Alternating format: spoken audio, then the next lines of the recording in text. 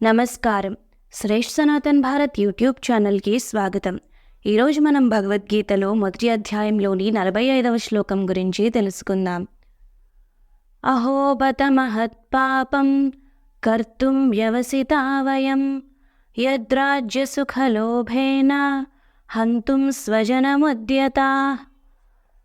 భావం: కృష్ణ, మరలా చెబుతున్నాను, దుర్యోధనాదులు సరే, వెధవులు, ఆదతాయిలు, దుర్మార్గులు, దుష్టులు.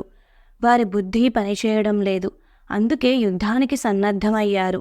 మనం బుద్ధిమంతులం కదా, ఇంత దారుణాన్ని, మహాపాపాన్ని చేయడానికి ఎలా సిద్ధపడ్డామో అర్థం కాకుండా ఉంది. ఇదంతా దేనికి? రాజ్యం కోసం, రాజభోగాలు అనుభవించడం కోసం. ఈ తుచ్చమైన రాజ్యానికి, రాజభోగాలకు ఆశపడి బంధువులను, మిత్రులను చంపి, ఘోరమైన పాపం చేసి, చచ్చిన వాళ్లకు కర్మకాండలు, అలతర్పణాలు, పిండ ప్రదానాలు లేకుండా చేసి, అధర్మానికి ఒడగట్టి శాశ్వత పరలోకవాసం కొనితెచ్చుకోమంటావా? ఇది ఎంత ఘోరమో, దారుణమో నీకు తెలుసా? దీని గురించి ఎప్పుడైనా ఆలోచించావా? సర్వే జనాః సుఖినో భవంతు. నమస్కారం.